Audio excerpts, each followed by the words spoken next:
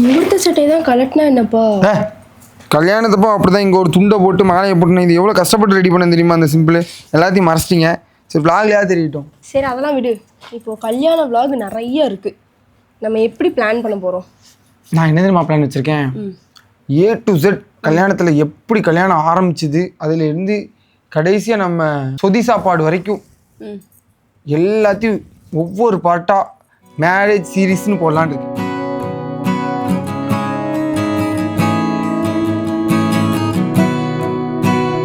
இந்த பெண் அழைச்சி வர்ற ஃபங்க்ஷன் மாப்பிள்ளை வீட்டிலேருந்து வர்றதுக்கு முன்னாடி எங்கள் வீட்டில் என்னென்ன நடந்துச்சுன்றதை சொல்கிறேன்.